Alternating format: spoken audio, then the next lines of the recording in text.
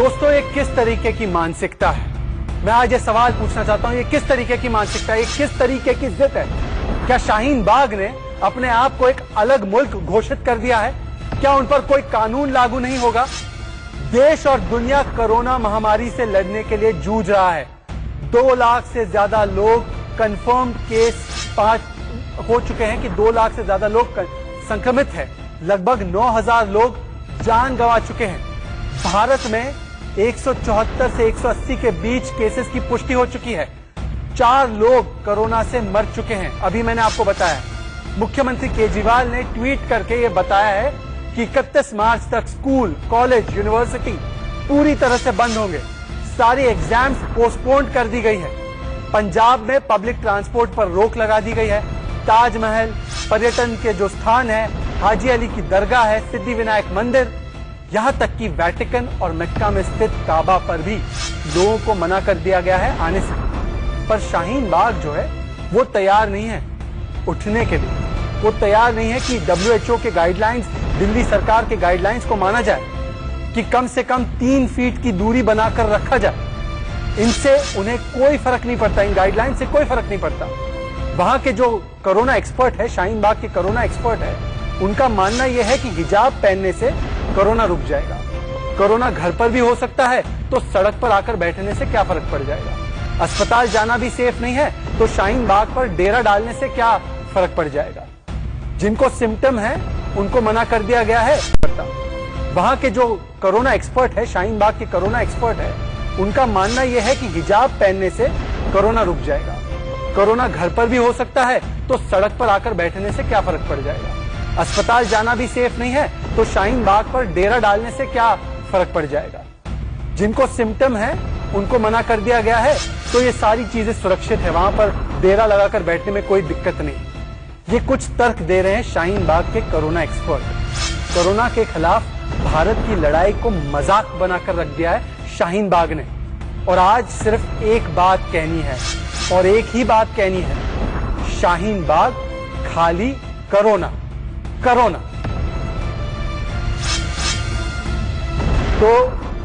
तो मैं इस वक्त की बड़ी खबर आपको बताना चाहता हूं। एक बड़ी खबर बताना चाहता हूं निर्भया केस के हवाले से। निर्भया केस के हवाले से एक बड़ी खबर हमारे पास आ रही है। निर्भया के दोषियों को फांसी का रास्ता अब पूरी तरह से साफ हो चुका है। निर्भया के दोषियों की फांसी का रास्ता पूरी तरह से साफ हो चुका है। ये इस वक्त की बड़ी ब्रेकिंग न्यूज है निर्भया केस के हवाले से कि सुप्रीम कोर्ट ने दोषियों की फांसी पर लगाई है मुहर। कल सुबह 5:30 बजे होनी थी दोषियों की फांसी। निर्भया के 4 दोषियों को एक साथ फांसी होगी। ये बड़ी ब्रेकिंग खबर हमारे पास पहुंच रही है। निर्भया के दोषियों की फांसी का रास्ता पूरी तरह से साफ कर दिया गया है। सुप्रीम कोर्ट ने दोषियों की फांसी पर लगाई है मुहर। आपको बताना चाहता हूं कि कल सुबह 5:30 बजे निर्भया के दोषियों की फांसी होने वाली थी। इससे पहले पटियाला हाउस कोर्ट में एक याचिका दायर की गई, उसे रोक लगाने के लिए, उसे खारिज कर दिया गया। इसके बाद सुप्रीम कोर्ट में एक याचिका लगाई गई, उसको खारिज कर दिया गया। फिर अक्षय, एक दोषी अक्षय ने AP सिंह के द्वारा याचिका लगाई थी, उसको भी खारिज कर दिया गया है। तो कुल मिलाकर सुप्रीम कोर्ट ने जो कल सुबह 5:30 बजे निर्भया के 4 दोषियों को फांसी लगाई जाने वाली थी, उसके लिए रास्ता साफ कर दिया गया है। 4 दोषियों को कल एक साथ फांसी लगा दी जाएगी और निर्भया के दोषियों की फांसी का रास्ता अब पूरी तरह से साफ कर दिया गया है। इसमें अब और कोई अड़चन नहीं आ सकती, कोई कानूनी दावपेच अब इसमें नहीं फंसेगा। 5:30 बजे दोषियों की फांसी होने वाली थी, कल सुबह के लिए तय किया गया था। उसमें जो भी लीगल हर्डल्स पैदा की जा रही थी, उसको साफ कर दिया गया है। सुप्रीम कोर्ट ने रास्ता इसके लिए साफ कर दिया है। कल सुबह 5:30 बजे निर्भया के 4 दोषियों को अब फांसी की सजा दी जाएगी। मेरे साथ मैं कोशिश कर रहा हूं कि मेरे साथ हमारे जो कानूनी संवाददाता है वो जुड़े, ताकि मैं उनसे ज्यादा अपडेट ले सकूं। पर आपको फिर से बताना चाहता हूं, शाहीन बाग पर तो हम चर्चा करेंगे, पर इससे पहले निर्भया के हवाले से, निर्भया केस के हवाले से बड़ी खबर ये आ रही है कि 4 दोषियों को जो फांसी की सजा दी जाने वाली थी कल सुबह 5:30 बजे, उस पर सुप्रीम कोर्ट ने एक बार फिर से मुहर लगा दी है। उसका रास्ता साफ हो चुका है। 4 दोषियों को एक साथ फांसी की सजा दी जाएगी, उस पर मुहर लग चुकी है। आज कोशिश की गई कि उसको टाला जाए। पटियाला हाउस कोर्ट में भी ये कोशिश की गई कि डेथ वारंट को चैलेंज किया जाए। पटियाला हाउस कोर्ट ने उसको खारिज कर दिया। सुप्रीम कोर्ट ने भी जो याचिकाएं दायर की गई थी उसको खारिज कर दिया है। इसका मतलब निर्भया के दोषियों को फांसी कल दी जा सकती है। निर्भया के चारों दोषियों को फांसी पर मुहर लग गई है, सुप्रीम मुहर लग गई है। कल सुबह 5:30 बजे होनी है दोषियों को फांसी की सजा। देखिए, मैं आपको सिलसिलेवार तरीके से समझाना चाहता हूं क्या हुआ है। निर्भया के दोषियों को डेथ वारंट जारी किया गया था पटियाला हाउस कोर्ट से, उसको चैलेंज किया गया, एक याचिका दायर की गई, पटियाला हाउस कोर्ट ने उसे खारिज कर दिया। सुप्रीम कोर्ट में आज ML शर्मा एक केस में अपेयर हुए, उन्होंने एक और अड़ंगा लगाने की कोशिश की, उसको भी खारिज कर दिया गया।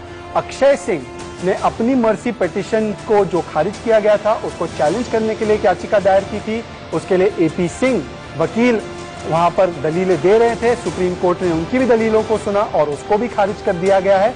लिहाजा इसका मतलब यह है कि सुप्रीम कोर्ट ने कल जो सजा दी जाने वाली है निर्भया के चारों दोषियों को, उसके लिए कानूनी रास्ता पूरी तरह से साफ कर दिया गया है, उसके लिए मुहर लगा दी है। कल 5:30 बजे दोषियों को फांसी जो दी जाने वाली है उसके लिए तमाम लीगल हर्डल्स को, तमाम जो दावपेच किए जा रहे थे, लटकाने की कोशिश की जा रही थी, उसे क्लियर कर दिया है सुप्रीम कोर्ट ने। सुप्रीम कोर्ट ने सुप्रीम मुहर लगा दी है कि निर्भया के दोषियों को फांसी की जो सजा है वो कल सुबह 5:30 बजे दी जाए। तो मेरे साथ इस वक्त हमारे संवाददाता आशीष सिन्हा लाइव जुड़ चुके हैं। आशीष, निर्भया के दोषियों को फांसी का रास्ता पूरी तरह से साफ है, क्या अपडेट है, क्या खबर है, दर्शकों को समझाइए। देखिए, अभी पूरी तरह से नहीं कह सकते, लेकिन हाँ, काफी हद तक अब ये साफ हो चुका है। लंच के बाद 3 याचिकाएं आज सुप्रीम कोर्ट ने खारिज की हैं। सबसे पहली याचिका मुकेश की थी, जो दिल्ली हाईकोर्ट के फैसले के खिलाफ थी, जो रिट उसने फाइल की थी और ये कहा था कि वो घटना के वक्त वहां मौजूद नहीं था। सुप्रीम कोर्ट ने मुकेश की याचिका को खारिज करते हुए साफ कहा कि मुकेश ने अपनी सभी रेमेडी को एग्जॉस्ट कर लिया है। उसने दिल्ली हाईकोर्ट के फैसले के खिलाफ SLP डाली, वो खारिज हुई। उसके बाद उस पर पुनर्विचार याचिका दाखिल की, वो खारिज हुई। क्यूरेटिव दाखिल की, वो खारिज हुई। दया याचिका दाखिल की, वो खारिज हुई। दया याचिका के खिलाफ याचिका सुप्रीम कोर्ट में दाखिल की, वो भी खारिज हुई। कोई लीगल रेमेडी नहीं बनती, वो सुप्रीम कोर्ट ने खारिज कर दिया। दूसरा, एडवोकेट AP सिंह, जो निर्भया के 3 दोषियों के वकील हैं, जिसमें एक पवन है, एक अक्षय है, एक विनय है, उनकी तरफ से पटियाला हाउस कोर्ट में एक याचिका दाखिल की गई थी, जिसमें उन्होंने कहा था कि 10 अलग अलग उनकी याचिकाएं जो हैं वो अलग अलग फोरम में लंबित हैं, लिहाजा पटियाला हाउस कोर्ट जो डेथ वारंट है उस पर रोक लगाए। लेकिन मामले की सुनवाई के दौरान ही कोर्ट को यह बताया गया कि 2 दोषियों ने, पवन ने और अक्षय ने, दोबारा दया याचिका राष्ट्रपति के पास दाखिल की थी, जिसे राष्ट्रपति ठुकरा चुके हैं। इसके अलावा जो भी याचिकाएं अलग अलग फोरम में दाखिल की गई हैं, उनका कोई लीगल रेमेडी से कोई मतलब नहीं है। चाहे अक्षय की पत्नी ने डाइवोर्स फाइल की हो, चाहे पवन ने दिल्ली हाईकोर्ट में याचिका दाखिल की हो जिसने उसमें गवाह की भूमिका पर सवाल उठाए हो, तो उन याचिका पर कोई मतलब नहीं है, जिसको देखते हुए पटियाला हाउस कोर्ट ने उनकी याचिका को खारिज कर दिया। तीसरी एक याचिका अक्षय सिंह ठाकुर की तरफ से सुप्रीम कोर्ट में लगाई गई थी, जिसमें अक्षय सिंह ठाकुर ने यह कहा था, प्रेसिडेंट के ऑर्डर को सुप्रीम कोर्ट में चुनौती दी थी। मामले की सुनवाई के दौरान उस समय दिलचस्प मोड़ आया जब AP सिंह ने यह कहा कि इस समय पूरा देश कोरोना से ग्रसित है, हर जगह स्कूल्स बंद किए जा रहे हैं, कॉलेज बंद किए जा रहे हैं, अदालतें नहीं खुल रही हैं, तो ऐसे में क्या फांसी देना जरूरी है? फांसी बाद में भी दी जा सकती है। मैं केवल मानवाधिकार के लिए सुप्रीम कोर्ट आया हूं, लेकिन सुप्रीम कोर्ट ने इन सभी दलीलों को खारिज कर दिया और अक्षय सिंह ठाकुर की जो उसने दया याचिका जो राष्ट्रपति ने खारिज की थी, उसके खिलाफ जो सुप्रीम कोर्ट में याचिका दाखिल की थी, वो खारिज हो चुकी है। अभी मेरी जानकारी के मुताबिक 2 याचिकाएं दाखिल हो सकती हैं, जो मेरी कानूनी समझ है। पहली, जो ट्रायल कोर्ट ने ऑर्डर पास किया है उसके खिलाफ, और दूसरी, पवन ने राष्ट्रपति के फैसले के खिलाफ अभी सुप्रीम कोर्ट में याचिका दाखिल नहीं की है, तो उम्मीद है कि वो याचिका दाखिल हो सकती है। ठीक है आशीष, बहुत बहुत शुक्रिया इस ताजा अपडेट के लिए। निर्भया केस में 7 साल बीत चुके हैं, क्या इंसाफ होगा, ये सवाल बाकी रहेगा। पर आज सवाल है शाहीन बाग की, शाहीन जिद और शाहीन मनमानी का। प्रधानमंत्री 8 बजे देश को संबोधित करेंगे, कोरोना वायरस कितनी गंभीर समस्या है उस पर, और शाहीन बाग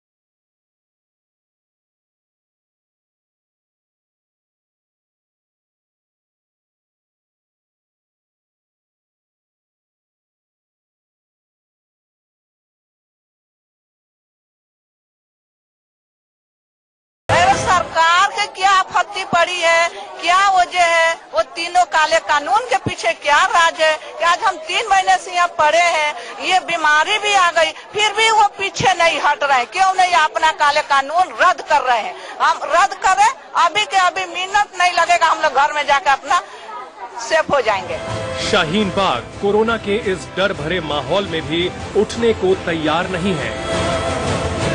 उसका वही राग है, जब तक सीए नहीं हटेगा वो डटे रहेंगे, क्योंकि उनका मानना है कि वो कोरोना से तो लड़ लेंगे लेकिन सीएए पर समझौता नहीं करेंगे।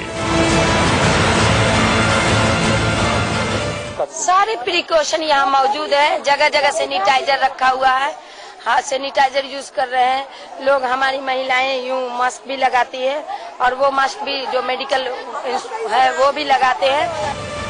शाहीन बाग में पिछले 95 से ज्यादा दिनों से धरना जारी है।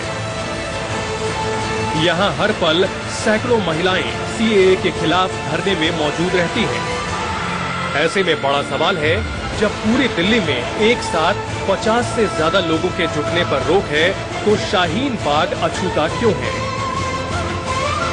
और क्या शाहीन बाग को नहीं पता कि कोरोना संक्रमण से होने वाली खतरनाक बीमारी है?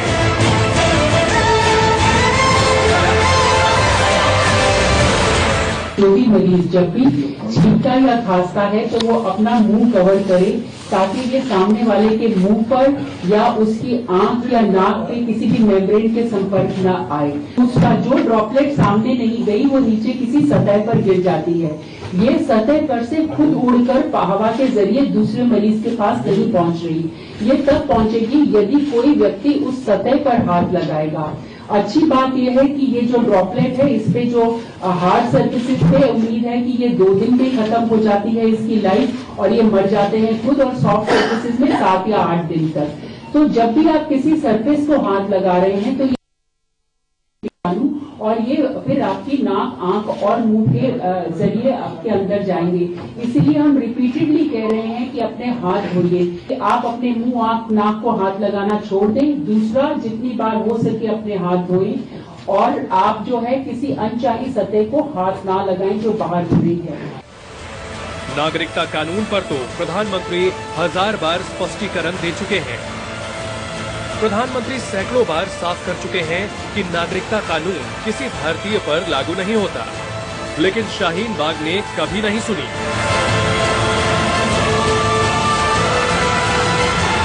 मगर प्रधानमंत्री आज कोरोना पर देश से बात करने वाले हैं। ऐसे में सवाल उठता है, क्या शाहीन बाग आज प्रधानमंत्री को सुनेगा? क्योंकि कोरोना से तो हर किसी को खतरा है। इंडिया न्यूज के लिए आदित्य नायर की रिपोर्ट। तो आज का हैशटैग है शाहीन बाग वर्सेस कोरोना, और मामला इतना गंभीर है कि प्रधानमंत्री बस 4 घंटे के समय में देश को संबोधित करने वाले हैं कि कोरोना को लेकर क्या कदम उठाए जा रहे हैं, किस तरीके से उसे टैकल किया जा रहा है। एक तरफ ये बात है और दूसरी तरफ शाहीन बाग के कुछ लोग हैं जो अपनी जिद छोड़ने को तैयार नहीं है। मैं डिबेट ओपन करूं और आपको तमाम पहलू बताऊं, उससे पहले मैं अपने संवाददाता राजीव शर्मा के पास चलना चाहता हूं जो इस वक्त वहीं पर है, शाहीन बाग पर ही है। राजीव, अगर मेरी आवाज आपको पहुंच रही है, दिल्ली में एपिडेमिक कंट्रोल एक्ट लगाया गया है। 50 लोगों से ज्यादा लोग इकट्ठा नहीं हो सकते। अरविंद केजरीवाल ने ट्वीट किया है कि स्कूल बंद है, कॉलेज यूनिवर्सिटी बंद है, इस तरीके से जमा नहीं किया जा सकता लोगों को। फिर भी शाहीन बाग के लोग समझने को तैयार नहीं है। क्या कह रहे हैं वो आपसे और वहां पर क्या इंतजामात है इस महामारी से बचने के लिए, बताइए हमें और बात कीजिए वहां के लोगों से। चलिए शहजाद, मैं आपको आपकी ही बात से शुरुआत करके यहाँ पर दिखा देता हूँ। पहले तो मेरा कैमरा ये दिखा दे कि लोग कितने यहाँ पर, जरा सा ऊपर करके पूरी तरीके से लोगों की स्ट्रेंथ यहाँ पर दिखा दें। आगे कितने लोग बैठे हैं शहजाद, आप आगे देख रहे होंगे, तमाम महिलाएं यहाँ पर बैठी हुई हैं शहजाद। और मेरा कैमरा जैसे जैसे घूमता जा रहा है ये सभी महिलाएं आपको दिख भी रही होंगी। और अगर हम पीछे की तरफ कैमरे को ले जाते हैं तो काफी सारे पुरुष भी ठीक रस्सियां जहां लगी हैं वहां पर ये सारे मौजूद हैं। तो शाहीन बाग में तमाम लोग यहाँ पर हैं। अब इंतजामात क्या किए जा रहे हैं, उपाय क्या किए जा रहे हैं, तो अब कोरोना के असर के चलते यहाँ पर स्प्रे करवाया जा रहा है और इस तरह के प्लेकार्ड्स छोटे छोटे कागजे लगाए गए जिन पे लिखा है कि खांसी जुकाम बुखार वाले लोग यहाँ पर ना आए। तो ये तमाम कोशिशें यहाँ पर की जा रही हैं जिससे कि यहाँ पर जो लोग आए वो सावधान रहें। लेकिन जो बात आप कर रहे थे, संख्या वो कहीं ज्यादा है यहाँ पर। कुछ लोगों से हम यहाँ बात कर लेते हैं जो यहाँ पर ही प्रदर्शन में शामिल हैं। अभी ये प्रदर्शन क्या आपको लगता है रुक रहा है जब इतने बुरे हेल्थ इमरजेंसी जैसे भी हालात हैं?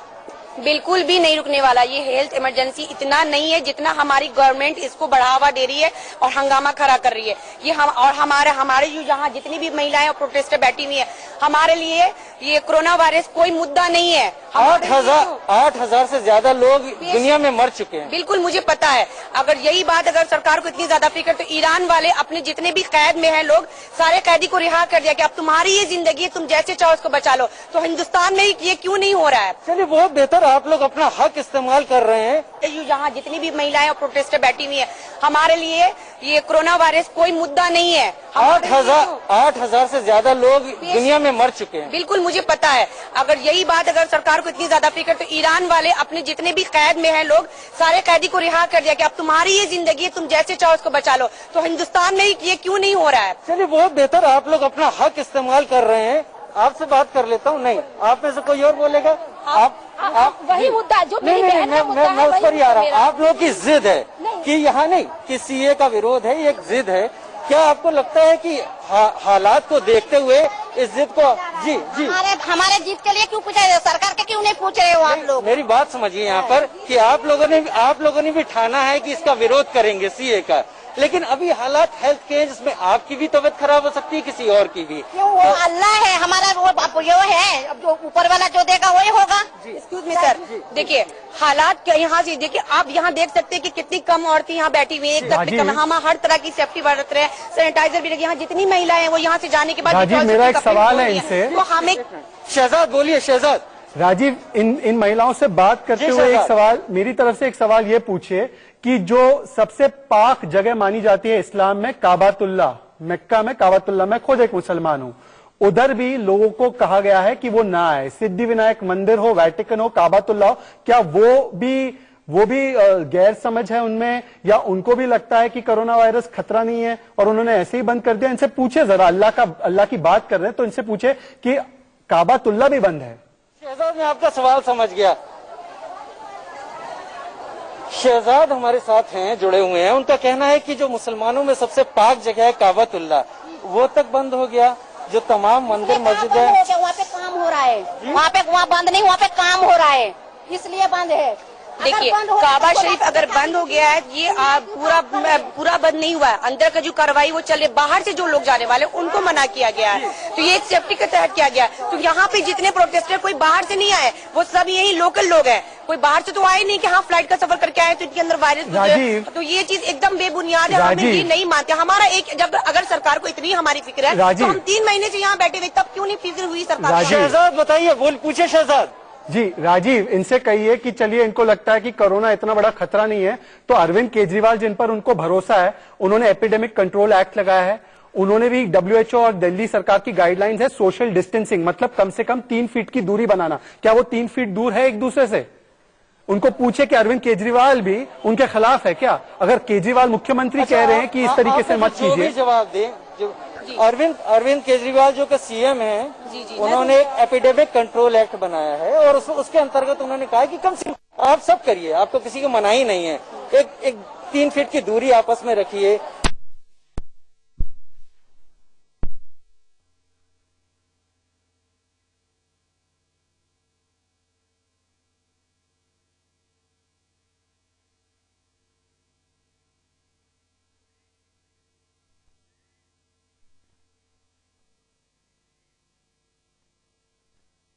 ये सैनिटाइज है, हम सैनिटाइज हैं, पूरा कवर यूज करें सैनिटाइज। अगर सरकार को, केजरीवाल को हमारी इतनी फिक्र है, हम 96 दिन हो गए आज हम यहाँ बैठे, तो ये हमारी प्रॉब्लम दूर कर देना।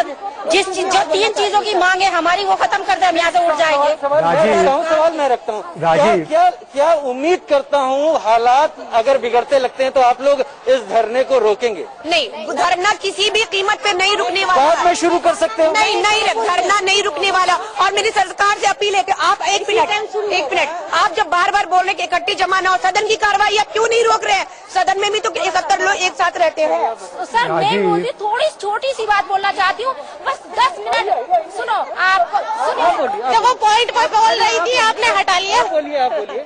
हाँ तो अब यहाँ पर या नहीं, ये न हटेगा, ये औरतें बैठी है जैसे बैठी है, लगा रहेगा चाहे कुछ भी हो। अब शहजाद यहाँ पर सबको सेफ्टी के लिए पोस्टर जरूर लगे हैं, लेकिन लोग यहीं रहेंगे। राजीव, उनसे बताइए कि पार्लियामेंट की तुलना वो अपने आप से कर रहे हैं। पार्लियामेंट में थर्मल स्कैनिंग हो रही है वहां पर सभी लोगों की, वहां पर कोई थर्मल स्कैनिंग शाहीन बाग में उसके कोई इंतजामात नहीं है। दूसरी बात, उनसे बताइए कि सुप्रीम कोर्ट में सीए का मामला चल रहा है, संविधान बचाने की ये लड़ाई है, तो सुप्रीम कोर्ट पे भरोसा नहीं है क्या? प्लीज यहाँ मौजूद है शहजाद, कुछ यंग लोग हैं, संविधान बचाने की लड़ाई आप लोग लड़ रहे हैं, कहते हैं कि लड़ाइयाँ भी तभी सक्सेसफुल होती हैं जब हम लोग भी ताकतवर होते हैं। तो आप लोग यहाँ पर पूरा ख्याल रख रहे हैं, इस कोरोना के चलते आपको कोई डर तो नहीं है? और डर अगर दुनिया में है तो आप अछूते कैसे हैं? देखिए यहाँ पर अगर जैसे यहाँ पे अछूते होने का मतलब ये है कि अब यहाँ पे तो लोग अवेयर भी है, कोरोना के प्रति अवेयर भी है, वहाँ पर अवेयर नहीं है। जहाँ झुग्गी झोपड़ी, तो शाहीन बाग को टारगेट क्यों बना? यहाँ पे सैनिटाइजर भी रखा है और सारे लोग मतलब 6-6 मीटर की दूरी पर बैठे, ठीक है, तो यहाँ पे टारगेट क्यों बनाया जा रहा है? स्लम्स है इतने, तो वहाँ पर टारगेट नहीं बनाया जा रहा है। मेट्रो में कितनी भीड़ है, तो वहाँ पर मतलब कोरोना होगा तो यही होगा। हमारा सर सारा बच्चा का पेपर घर पर चल रहा है, हम वहाँ से निकल के यहाँ अपना जान के वजह से कि तीनों कानून को वापस ले ले सरकार, जब हम रेहान में चले जाए यहाँ से। अपनी सर्दी में बारिश हुई, ओले गिरे, उसमें हम बैठे हुए रहे, सरकार कहाँ थी इतना दिन से? ठीक है राजीव, आप शहजाद कुछ जवाब ऐसे होते हैं जो आप भी समझ रहे हैं यहाँ पर। राजीव, मुझे लगता है ये सीधा सीधा तरीका है ब्लैकमेल करने का, एक बंदूक सिर पर रखने का, कि जब तक आप सीए कानून वापस नहीं लेंगे तब तक हम देश की सेहत पर आफत बनाए रखेंगे। आप बने रहिए, मैं अपने 2 मेहमानों को जोड़ना चाहता हूं इस चर्चा में और आपके पास लगातार रुख करता रहूंगा ताकि इनमें कोई समझ आ रही है कि नहीं, इनकी बातों का कोई सेंस बन रहा है कि नहीं। मैं अपने मेहमानों से पूछना चाहता हूं, मेरे साथ बीजेपी की राष्ट्रीय प्रवक्ता नीतू दबास और मेरे साथ सुनीत चोपड़ा, लेफ्ट के बड़े नेता है। सुनीत चोपड़ा और नीतू दबास, आप 2 ही मेहमान हैं, तो एक दूसरे को टोकने की कोई जरूरत नहीं है। सुनीत चोपड़ा, आपसे शुरुआत करते हैं। सुना आपने इन बातों को, आज आप प्लीज अपील कीजिए, राहुल गांधी, वारिस पठान, ओवैसी, जो तमाम लोग दादियों को भड़का रहे थे, दादियों को भड़काओ, देश की सेहत दांव पे लगाओ, ये चल रहा है। ये औरतों की बातें सुनिए सर, ये क्या कह रही हैं? ये कह रही हैं कि सीए वापस नहीं होगा तब तक हम देश की सेहत को हॉस्टेज बनाकर रखेंगे। ये क्या सही अप्रोच है? चाहिए, ये सब बकवास है। शाहीन बाग कोई खतरा नहीं है और हिंदुस्तान में असली खतरा है टीबी, भूखमरी, पेट की बीमारी, नस्ल।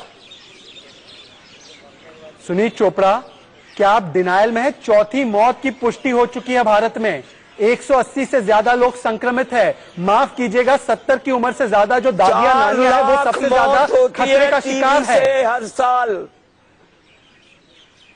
4 लाख मौत होती है टीबी से हर साल। तो क्या हम कोरोना वायरस के तहत लोगों को मरने दे? नीतू दबास, इस कुतर्क का आपके पास जवाब है? 4 लाख टीबी से मौतें होती है तो कोरोना वायरस का शिकार बनने दे लोगों को? मरना ही देते हो। दिल्ली में 52 आदमी मार दिए, और चाहिए?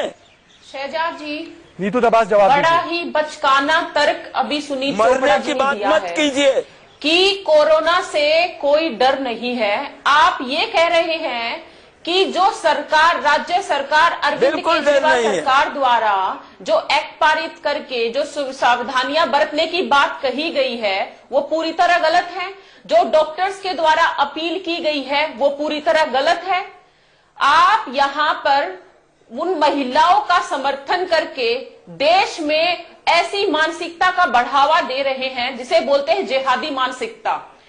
आप जब आज वो जिम्मेदार है लोग, जिन लोगों ने इन महिलाओं को यहाँ पर लाकर बैठाया, कहाँ गए अमानतुल्लाह खान जो यहीं के एमएलए हैं, और वो एक बार भी उन महिलाओं के बीच में जाकर अपील नहीं कर रहे हैं कि आपको यहाँ बैठना नहीं चाहिए, क्योंकि ऐसी स्थिति है।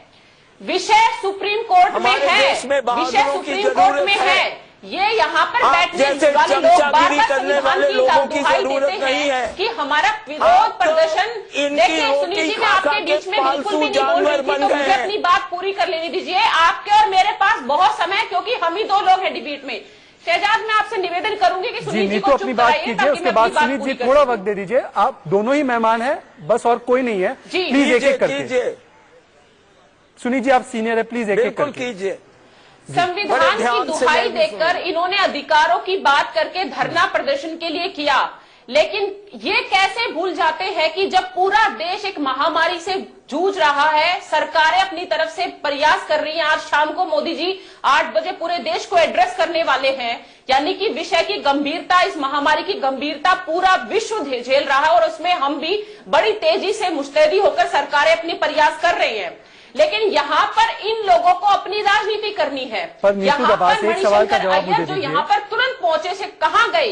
एक बार भी उनकी तरफ से, कांग्रेस की तरफ से ये अपील नहीं की गई है ये बात कि आपकी जान हमारे लिए महत्वपूर्ण है। नीतू, सुप्रीम कोर्ट में विषय गया हुआ है, जो भी माननीय सुप्रीम कोर्ट का निर्णय होगा वो माना जाएगा। नीतू, ये सारी बातें ठीक है, राहुल गांधी नहीं गए, केजरीवाल की बात ये लोग नहीं सुन रहे, विपक्ष के नेता जो भड़का रहे थे वहां नहीं जा रहे उनको समझाने के लिए, ये तमाम बातें ठीक है। दिल्ली पुलिस तो आपके अंतर्गत आती है, केंद्र सरकार के।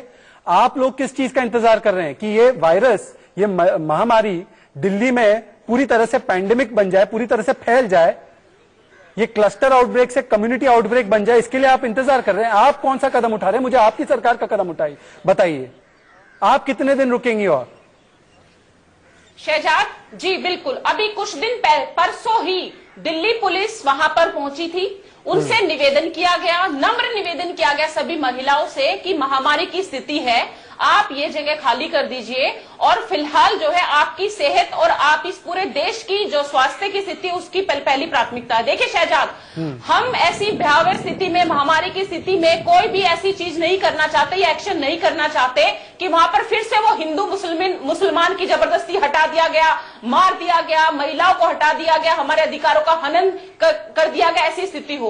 इसीलिए सरकार द्वारा भी अपील की कि कुछ दिन पहले अमित शाह जी ने खड़े होकर फिर से बोला, पार्लियामेंट में कहा कि सीए का भारतीय मुसलमानों से कोई देना नहीं है, एनआरसी पर कोई भी अभी निर्णय नहीं है, सरकार नहीं लेकर आ रही है। एनपीआर जिसमें आप जो भी डॉक्यूमेंट आप देंगे वो आपका स्वीकार्य होगा, डाउटफुल की कोई कंडीशन नहीं होगी। उसके बाद अमित शाह जी द्वारा स्पष्ट किया गया कि आप जब चाहे आपका शिष्टमंडल तय कीजिए और मेरे से आकर मिल लीजिए।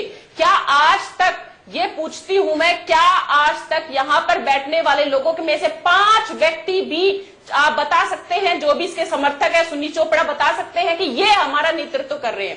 देखिए शहजाद, पीएफआई फंडेड, ठीक है, मैं इन सारे सवालों का जवाब लूंगा। नीतू, 1 मिनट के लिए आपको रोक रहा हूँ, पर मैं आपको हमेशा बताता हूँ कि मेरे स्टूडियो में कितने मेहमान होते हैं, मैं इसका काफी गर्व करता हूँ। आज देखेंगे तो मेरा स्टूडियो पूरा खाली है, इसलिए खाली है क्योंकि मीडिया चैनल्स, बाकी तमाम जगहों ने ये तय किया है कि सोशल डिस्टेंसिंग, मतलब WHO और दिल्ली सरकार की जो गाइडलाइंस है कि दूरी बनाकर रखना है, कम से कम 3 फीट की, 1 मीटर की, उसे हम तो लागू करने वाले हैं। पर शाहीन बाग ये अपने आप को एक अलग मुल्क समझता है, और उस अलग मुल्क में गए हैं हमारे संवाददाता अपनी जान को खतरे में डालते हुए। राजीव, प्लीज वहां के महिलाओं से बताइए कि पंजाब में बसेस बंद की जा रही हैं, प्राइवेट और पब्लिक सर्विसेज, लोकल ट्रेन पर लोग रोक लगा रहे हैं मुंबई में। ये सब क्या कोई सीए को ज्यादा खतरनाक मानते हैं और कोरोना वायरस को खतरनाक नहीं मानते इसलिए कर रहे हैं? उनको बताइए कोरोना वायरस का खतरा ऐसा है, पंजाब से लेकर महाराष्ट्र हर जगह कदम उठाए जा रहे हैं, बताइए उनको। बताने की कोशिश जरूर करूंगा मैं शहजाद यहाँ पर, लेकिन जवाब तो इन्हीं महिलाओं की ही तरफ से आएंगे, इन्हीं लोगों की तरफ से आएंगे जो यहाँ पर मौजूद हैं। देखिए तमाम जगह बसेस ज्यादा खतरनाक मानते हैं और कोरोना वायरस को खतरनाक नहीं मानते इसलिए कर रहे हैं। उनको बताइए कोरोना वायरस का खतरा ऐसा है, पंजाब से लेकर महाराष्ट्र हर जगह कदम उठाए जा रहे हैं, बताइए उनको। बताने की कोशिश जरूर करूंगा मैं शहजाद यहाँ पर, लेकिन जवाब तो इन्हीं महिलाओं की ही तरफ से आएंगे, इन्हीं लोगों की तरफ से आएंगे जो यहाँ पर मौजूद हैं। देखिए तमाम जगह बसेस तक बंद की जा रही हैं, पंजाब है, दूसरी जगह है, जम्मू कश्मीर है, वहां पर जाना बंद हो गया है। क्या ये ज्यादा खतरनाक है कोरोना से? बिल्कुल बिल्कुल ज्यादा खतरनाक है। हम अगर कोरोना वायरस से हम मर जाएंगे, चलो कोई बात नहीं, हम मर जाएंगे, लेकिन जब डिटेंशन कैंप में डाला जाता है, ऐसा कह ही क्यों रही हैं कि आपको कुछ हो जाएगा? इन केस ऐसा नहीं होगा, हमें यकीन है। अगर आप लोग इतना भयभीत जो कर रहे हैं, हमारी सरकार, मैं उनको कह रही हूँ, अगर किसी को इनकेस कोरोना वायरस हो जाता है, अगर वो मर जाती है तो हम उससे वो ठीक है, लेकिन जब सीए लागू कर दिया गया, अगर उसको वापस नहीं लिया जाता तो जाहिर सी बात है कुछ दिन के बाद डिटेंशन कैंप बनेंगे, हमें वहाँ डाल दिया जाएगा, तो हम अलग रहेंगे, हमारे भाई अलग है, बहन अलग है, अलग अलग जगह मरने से अच्छा है कि हम सारे जो यहाँ प्रोटेस्टर, हम सब बहन है, तो हम एक साथ मरना पसंद करेंगे। ये ज्यादा खतरनाक है हमारे लिए। और बहुत ज्यादा अगर सरकार हवा बना रही है, तो जो आसाम में डिटेंशन कैंप में, आप उनको क्यों नहीं हटा रहे कि जॉब? ये पूछिए उस महिला से प्लीज बताइए। हाँ, मेरी बात सुनिए। उस महिला से प्लीज बताइए कि सीएए कानून से अभी तक एक भी मौत नहीं हुई। जो कोरोना वायरस है उससे 4 मौतें तो हो चुकी है भारत में, और उससे वो केवल अकेली, उनको खतरा नहीं है। अगर उनको कुछ ना भी हो, वो खतरा बन सकती है दूसरे लोगों से, दूसरे लोगों के लिए जो संक्रमित हो सकते हैं उनसे। उस वायरस के लिए वो वेक्टर, एक बॉडी बन सकती है जिससे वो वायरस और लोगों में फैले, बच्चों में फैले, बूढ़ी महिलाओं में फैले। तो ये सिर्फ उनके स्वास्थ्य की बात नहीं है, प्लीज उनको समझाइए।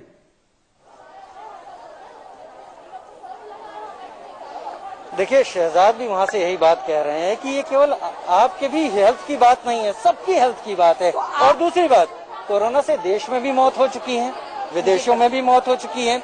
इस चीज को हटाने की बात हम अपने डिस्कशन में नहीं रख रहे हैं। हम ये कह रहे हैं कि क्या जब तक ये हालात बहुत बुरे हैं तब तक आप इसको हल्का करें या हट जाएं, क्योंकि इससे आप इस बीमारी को फैलाने का सहायक नहीं बनेंगे। हम सहायक नहीं है, ये गलत इल्जाम मत लगाएं हमारे। मैं कह रहा हूँ हम सहायक नहीं। और आप देख रहे हैं कि पहले यहाँ बहुत ज्यादा भीड़ रहती थी, 1000 औरतें रहती थी। आप वो देख सकते हैं मुश्किल से यहाँ पे 100 औरतें हैं, और बार बार ये जो कहा जा रहा है कि हम उसके सहायक नहीं बन रहे। जहाँ भी भीड़ है, मैं वहाँ की बात कर रहा हूँ। भीड़ है तो आप एयरलाइंस क्यों नहीं बंद करे? आप सदन की कार्रवाई क्यों नहीं रोक रहे? आप मेट्रो ट्रेन क्यों नहीं रोक रहे? जाफराबाद के बाद में जो मार के सबको वहाँ ईदगाह में रख दिया, वहाँ पर भीड़ नहीं है, जुग्गी में भीड़ नहीं है, वहाँ नहीं दिखाई दे रहा है सरकार को कि जाफराबाद में जो इतने सारे संख्या के साथ यहाँ सरकार की तरफ से मैं बात नहीं कर रहा हूँ। बहुत जल्दी उनको सरकार की तरफ से बात नहीं। क्या आप अपनी सेहत पर आपको मेरे सेहत का मालिक नहीं है मोदिया, मेरे सेहत का मालिक मैं खुद हूँ, मेरा अल्लाह है, समझ गए? नहीं है मेरे सेहत का मालिक। ठीक है राकेश, आपने सुन लिया कि क्या जवाब मिला है। हर कोई अपनी बात रख रहा है।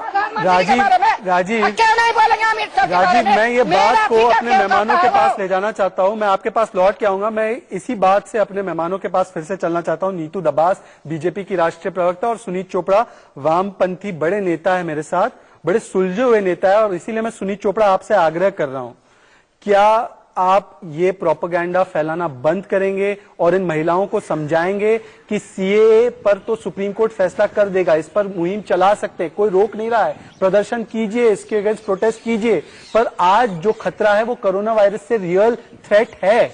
समझाइए इन्हें प्रोपेगेंडा के लिए इस्तेमाल मत कीजिए। सुनीत चोपड़ा, हाथ जोड़कर अपील है आपसे। अगर ये खतरा है कोरोना, तो मैं जानना चाहूंगा कि मेट्रो क्यों चल रहा है, हमारी रेलवे क्यों चल रही है, स्टेशनों पे इतनी भीड़ क्यों है, शादियां क्यों हो रही हैं। हमारा ये कहना है आप धोखेबाजी कर रहे हैं और आप अपनी सस्ती सियासत को आगे ले जाना चाहते हैं। क्या WHO, कहना है, एक सेकेंड, पुलिस को कहो वहाँ से चली जाए, क्योंकि हम नहीं चाहते पुलिस वालों को कोरोना हो। सुनीत चोपड़ा, आप मुझे वामपंथी नेता कम और शाहीन बाग की वो दादियों की तरह ज्यादा सुनाई दे रहे हैं। क्या अरविंद केजरीवाल और WHO भी इस साजिश में हिस्सा है क्या, जब वो निर्देश दे रहे हैं? शाहीन बाग को हिंदुस्तान की बेहतरीन लड़ाई इस वक्त मानता हूँ, चाहे आपको नीतू दबास, अच्छा लगे चलिए आप प्रयास लगे। कीजिए समझाने का। नीतू दबास, प्रयास कीजिए आप, मेरे तो बस की बात नहीं है। नीतू दबास।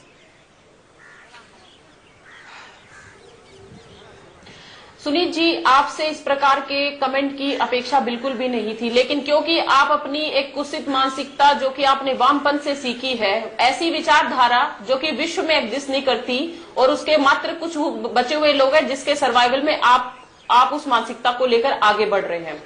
आप उन महिलाओं की सेहत और स्वास्थ्य को एक तरफ रखकर जो एक एजेंडा है इस मूवमेंट के पीछे या इस एजिटेशन के पीछे लोगों का एजेंडा था, आप उसको समर्थन कर रहे हैं। क्या केजरीवाल सरकार भी हमारे समर्थन में है अगर वो इस तरह की महामारी के लिए सुरक्षा के और स्वास्थ्य के एक्ट लेकर उन्होंने सारे प्रावधानों को किया है? आज प्रश्न चिन्ह ये उठता है कि जो शाहीन बाग के आयोजक हैं और इसके समर्थक थे जो यहाँ पर जा जाकर बयानबाजी करते हैं, राहुल गांधी, मणिशंकर अय्यर, सलमान खुर्शीद, कहाँ है ऐसे लोग जिनको इन महिलाओं के स्वास्थ्य की चिंता नहीं है? सुनील चोपड़ा, क्योंकि इस आंदोलन के पीछे उनका एक एजेंडा था और इस सोच को बोला जाता है जिहादी कि हम मर भी जाएंगे, हमें जान की परवाह नहीं है, लेकिन अपने एजेंडा के तहत हम कुछ भी कर जाएंगे, हमें अपनी समानता, अपनी जान से ज्यादा है, हम दिल्ली सल्तनत की गुलामी नहीं करेंगे। द्वारा बोला गया है कि जिस प्रकार की बातें वो महिलाएं कर रही थी, मुझे उन पर दया आ रही है। अरे अमित शाह रोज झूठ बोलता है, में हमें डाल दिया अमित शाह का नाम मत लो, ऐसी कोई भी स्थिति नहीं है। आसाम में ऐसा हुआ है और भारत के किसी भी हिस्से में नहीं है। वो भारत के नागरिक थे, हैं और रहेंगे। असम में लोग मरे हैं जो कि फौज में थे।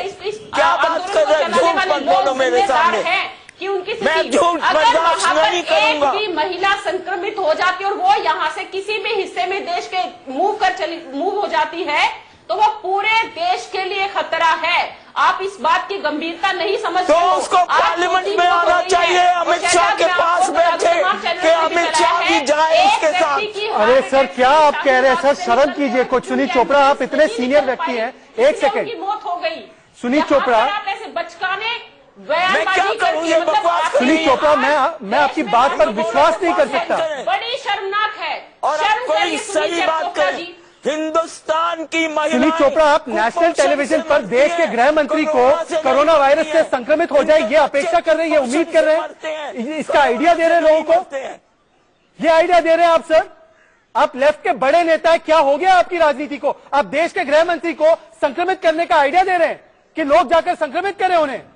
ये आतंकवाद नहीं है क्या? ये किस तरीके की बात है सुनील चोपड़ा? सुनील जी, ये आतंकवाद नहीं है, मैं कह रहा हूं। दिस इज बायो जिहाद, ये बायोलॉजिकल जिहाद है, ये बायोलॉजिकल जिहाद है। मुझे कोई इंटरेस्ट नहीं है सर, थोड़ा लिहाज कीजिए। जिस एज की महिलाएं वहां पर बैठी हैं, उन महिलाओं में, एज की महिलाओं में जो फेटालिटी रेट है, मृत्यु दर है 14% है कोरोना वायरस के चलते। They are the most vulnerable, सबसे ज्यादा गंभीर उनके लिए है ये मामला। बिल्कुल नहीं सर, ये साइंटिफिक रिसर्च है। हमारे देश की महिलाएं कुपोषण से ज्यादा मरती हैं। सर, इसका मतलब ये नहीं कि कोरोना वायरस के अंदर उनको छोड़ दिया जाए। किडनी प्रॉब्लम से ज्यादा मरते हैं सर, तो इसका मतलब ये है कि कोरोना वायरस हो या कोई और वायरस हो, उनसे उसको ग्रसित कर दिया जाए, उन्हें शिकार बनने दे उसका, क्योंकि वो दूसरी बीमारियों से मर रही हैं। ये कैसा लॉजिक है? ये कैसा तर्क है आपका? मेरा ये कहना है, डॉक्टर भेजो, सस्ते और मुफ्त टेस्ट करो। सर, मुफ्त टेस्ट, डॉक्टर एक अलग बात है। अगर वो एक साथ रहेंगी, वो वेक्टर बनती है, वो एक कैरियर बनती है इस डिजीज का, वो दूसरे लोगों को फैला सकती है। कोरोना वायरस पर हजारों शोज इंडिया न्यूज पर हो चुके हैं। आप राइट या रॉन्ग पे आते हैं, पर बाकी के समय भी इंडिया न्यूज देखें ताकि आपको समझे कि क्या है कोरोना वायरस। कैरियर बन चुके हैं। नीतू दबास ये कह रहे हैं डॉक्टर भेजिए, सैनिटाइजर भेजिए, हो गया काम। नीतू दबास, और क्या? देखो शहजाद, जैसी कोरोना बीमारी है, आप बीजेपी के पास बैठे बैठे कैरियर बन गए हो। सैनिटाइजर को इस्तेमाल करके उसका नियंत्रण कर सकते हैं। लेकिन मैं आपको बता रही हूँ, इनको पूरा नहला देंगे तो भी इनकी दूषित सोच को दूर नहीं किया जा सकता, क्योंकि इनकी दूषित सोच है कि एजेंडा चलता रहना चाहिए। और ये वो जिहादी एजेंडा जिसका बैठकर सुनील चोपड़ा यहाँ पर समर्थन कर रहे हैं। यहाँ पर इनके लिए उन महिलाओं की जान महत्वपूर्ण नहीं है। पिछले दिनों जब वहां पर 2-3 महीने की बच्ची की हत्या इन लोगों ने की, तो उसको शहीद का दर्जा देकर इन्होंने अपना एजेंडा जारी रखा। ये किसी भी हद तक जा सकते हैं। जैसे ऐसे विरोध जिनका सीधा लिंक IS से हो और PFI की फंडिंग हो, ऐसे लोगों को समझाया नहीं जा सकता। ये ऐसे वायरस है हमारे देश में जो कि लगातार फैलते हैं और लगातार संक्रमण करते हैं और लगातार देश को डिस्टर्ब करते हैं। इन लोगों का कोई एजेंडा नहीं, सिर्फ ये एजेंडा था कि सरकार का विरोध करना है। कोई भी मौका मिले हमें घुमा फिरा के उस बात को सीधे पर लाकर खड़ी कर देनी है, जबकि सबको पता है बार-बार स्पष्ट किया गया कि भारतीय दिल्ली में मारा था। सुनीत चोपड़ा, नीतू दबास, एक सेकंड। सुनीत चोपड़ा, राहुल गांधी जो आजकल कोरोना एक्सपर्ट बन चुके हैं, वो बार बार कह रहे हैं, वो खुद भी ये मान रहे हैं बार बार ट्वीट करके कि कोरोना बहुत बड़ा खतरा है। क्या राहुल गांधी झूठे हैं? सवाल सिर्फ इतना है कि राहुल गांधी, आप और आपकी मंडली वारिस पठान शाहीन बाग की महिलाओं को क्यों नहीं समझा रहे कि ये खतरा है? राहुल गांधी ये तो जानते हैं कोरोना वायरस खतरा है, पर वो ये नहीं बता रहे उनसे कि ये आपके लिए खतरा उठ जाएगी। क्योंकि इनको महंगा डॉक्टर नहीं मिलेगा। गरीब आदमी टीबी से मर रहा है, कुपोषण से मर रहा है, उसको कोरोना की जरूरत नहीं है। 3% है डेथ कोरोना में। सर 80 साल और 70 साल के लोगों में 14% है। It is 14% for 70 and above. के कुपोषित हैं, वो रोज मर रहे हैं। शहजाद बोलिए नीतू, बोलिए। मैं अपना सिर पकड़ना चाहता हूं, पर मैं नहीं पकड़ सकता क्योंकि मैं लाइव टीवी पर हूं। मैं सिर को अब भी चलूंगा। अगर मेरे पास यहाँ पर दीवार होती तो मैं जाकर अपना सिर पकड़ लेता, पर मैं और नहीं कर सकता क्योंकि ये लाइव टीवी चल रहा है। बोलिए नीतू, मुझे नहीं समझ में आ रहा कैसे समझाएं। आपने अभी राहुल गांधी, जिसे मैं कहती हूँ कि वो इस देश में एक फोर्स्ड पॉलिटिशियन है, जबरदस्ती के नेता जो जिन्हें बनाया गया था, जिसको गंभीर लेने की आवश्यकता नहीं है। अगर उनको कोरोना के, जो कि इस समय विपक्ष के पास एक मौका था कि सरकार के साथ खड़े हो जाते, लेकिन उस समय भी उनको राजनीति करनी थी। वायनाड से वो सांसद है और केरला में सबसे ज्यादा अभी 27 लोग वहां संक्रमित पाए गए हैं। क्या वो वहां पर विजिट करने गए? क्या वहां पर सुरक्षा के तमाम जो मुआयना करने गए कि क्या क्या लोगों को उपलब्ध करा दिया गया? क्या वो अपने सांसद क्षेत्र में गए हैं? गंभीर है की सुरक्षा इस मामले में बेहतरीन है। लोग कैसे मर रहे हैं, कैसी स्थिति है, गवर्नमेंट की टीम गई है, उसने कहा है उनको लेना देना नहीं है। शहजाद एक सेकंड, सुनीत चोपड़ा मुझे एक बात बताइए, अगर ये सिर्फ एक हवा था, कोरोना वायरस का हवा है, केरला में सबसे सर सुनिए ना प्लीज, ट्रीटमेंट हो रहा है सर और प्लीज। गवर्नमेंट की टीम ने कहा है। सर मेरी बात ध्यान से सुनिए, अगर कोरोना वायरस सिर्फ एक हवा है, 27 लोग वहां पर इंफेक्टेड हैं फिलहाल। एक्चुअली वो संख्या बढ़ चुकी है, महाराष्ट्र में तो संख्या सबसे ज्यादा है। पर सुनीत चोपड़ा, उनको कहां से लाए हैं? उनको गल्फ से लाए हैं, उनको ईरान से लाए हैं, उनको चीन से लाए हैं। वो केरला में इन्फेक्टेड नहीं है। सर भारतीय नागरिक अगर विदेश से आना चाहे कम तो से उनको ना कम लाए। सच्चाई पे तो सीमित रहो। यहाँ पर आप बैठकर कि कौन कहाँ से आया, किस राज्य में गया, किस राज्य की सरकार है, कहाँ पर क्या प्रबंध हो गया, उसकी बात की जाने की, मतलब इस बात पर आप चर्चा करेंगे? नहीं सुनीत चोपड़ा, एक बार भी ये शब्द सुनीत चोपड़ा जो हमारे नागरिक विमान में थे, एक क्योंकि ये डिजीज दूसरी से जुड़ी हुई है और शाहीन बाग की महिला को आप एड्रेस करें कि इसी से जुड़ी हुई है महामारी में, और शाहीन बाग को छोड़ो, अपने दिल्ली, नई दिल्ली रेलवे स्टेशन जाओ और उनको खाली कर देना चाहिए। सुनीत चोपड़ा, आपको ये नहीं समझ में आ रहा कि इस तरह से आपको अपील करनी चाहिए?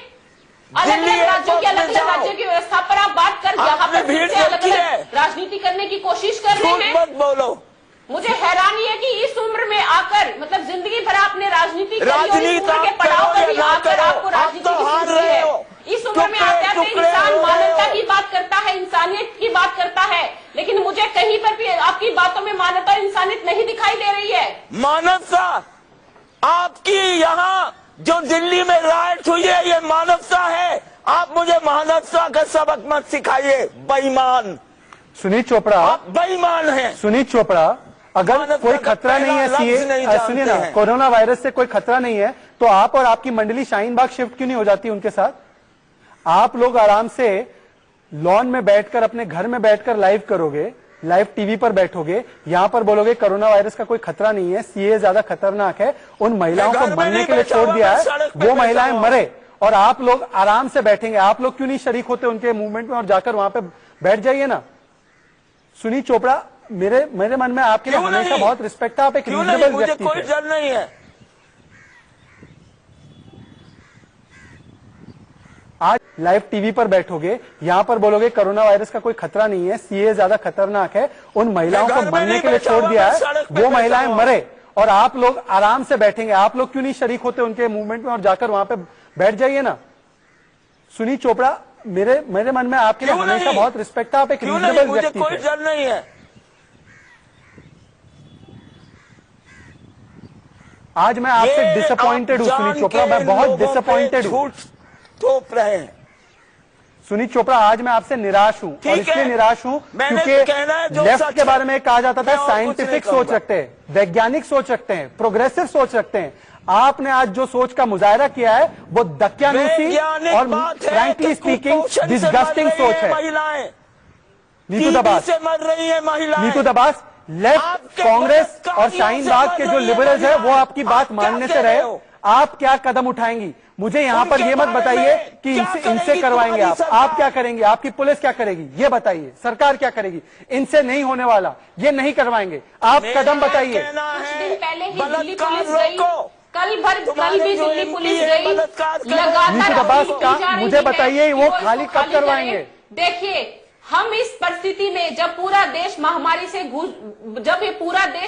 से जूझ रहा है, हम बिल्कुल नहीं चाहेंगे कि वहां पर कोई हाहाकार की स्थिति हो, जबरदस्ती उठाया जाए, क्योंकि हम सब जानते हैं कि जिस दिन दिल्ली पुलिस ने कोई भी कार्रवाई करने की कोशिश की, ये लोग उसी मौके के इंतजार में बैठे सरकार डरपोक है। ये लोग चाहते हैं कि वहां पर आके पुलिस कार्रवाई या तो आपने तुष्टीकरण की राजनीति के लिए समझौता कर दिया है या आपकी सरकार और पुलिस एक नंबर की डरपोक है।